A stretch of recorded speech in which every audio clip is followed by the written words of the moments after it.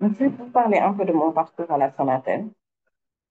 J'ai fait 13 ans de commercial. Dès que je suis arrivée, j'étais au secteur AD2, au secteur finance de DVE, donc sur la partie vente, entreprise, avec Marie-Victoire Correa, que je salue au passage, maman chérie. J'étais au secteur service. Je gérais les entreprises comme Asecna, Mayersline, le port autonome. Je suis allée au secteur finance où j'ai géré le top 3 du portefeuille banque, CPAO, SGBS et EcoBank à l'époque et d'autres clients. Vendre en entreprise n'est pas facile, comme vous le savez. Donc, on a des clients exigeants qui savent ce qu'ils veulent. Donc, on leur vendait tous les produits et services de la Sonatel, en plus de services un peu plus complexes, comme l'ICT. Ce n'était plus des vendeurs, enfin, on n'était pas des vendeurs à la sauvette, mais on était des consultants, donc de la vente de valeur plus. J'ai fait presque 13 ans de commercial et à un moment donné, je me suis dit, bon, il faut que je me réinvente et que je devienne quelqu'un d'autre. À l'époque, j'avais ouvert Hulu Albab, je pense que je reviendrai là-dessus et j'étais très portée sur le digital. Je suis allée faire une grande immersion au pôle digital avec Coach Bamba et Coach Mansour qui m'ont énormément aidé. J'animais avec eux des ateliers, tout, tout sur la partie agile.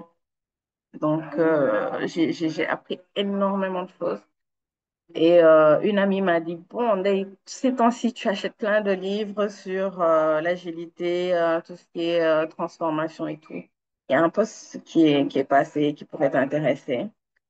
Je lui ai dit, moi, j'ai pas vu. Elle me l'a transféré, j'ai soumissionné et j'ai été retenue à ma grande surprise. Donc, c'est là où je suis allée au service management de la transformation, et qui était un nouveau service. Tout était à refaire. Mais j'ai travaillé avec Fatou. D'ailleurs, j'ai oublié de remercier Ibra Afine qui m'a énormément aidé et encouragée. Mais là, je suis revenue chez Fatou et j'ai appris, waouh, énormément de choses en un an et demi sur la transformation.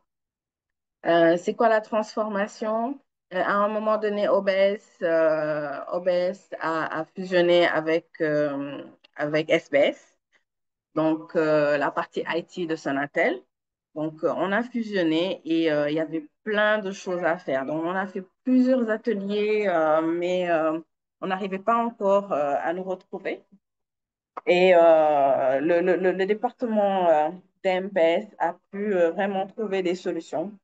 Nous avons organisé euh, beaucoup d'ateliers et à la suite de ces ateliers, il y a eu des chantiers qui sont ressortis.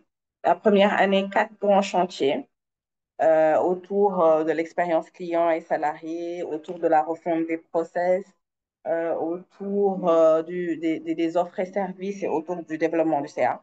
4 streams. Et le programme de transformation s'appelait Exil. Je pense que Exil, OBS, Boubès.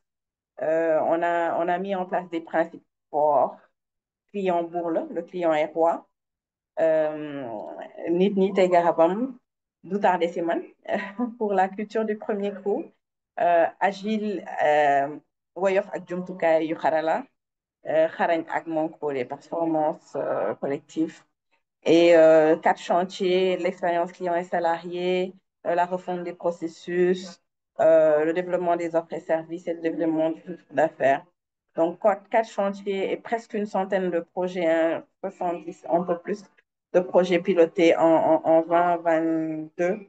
Et machallah, on a pu atteindre les objectifs et OBS a pu faire une croissance à 2 chiffres. Et vraiment un travail super passionnant. J'attends vos questions là-dessus et je serai ravie d'y répondre. Voilà. Assalamu alaikum wa rahmatullah. Ça, c'est sur la partie Sonatel. Ah, j'ai intégré Butterfly, qui est le groupe agile avec les coachs agiles, le coach Bamba et les autres. Et aussi, je suis référent sur la partie vente entreprise. Je formais les commerciaux sur la vente consultative et sur l'expérience client. Voilà, en gros.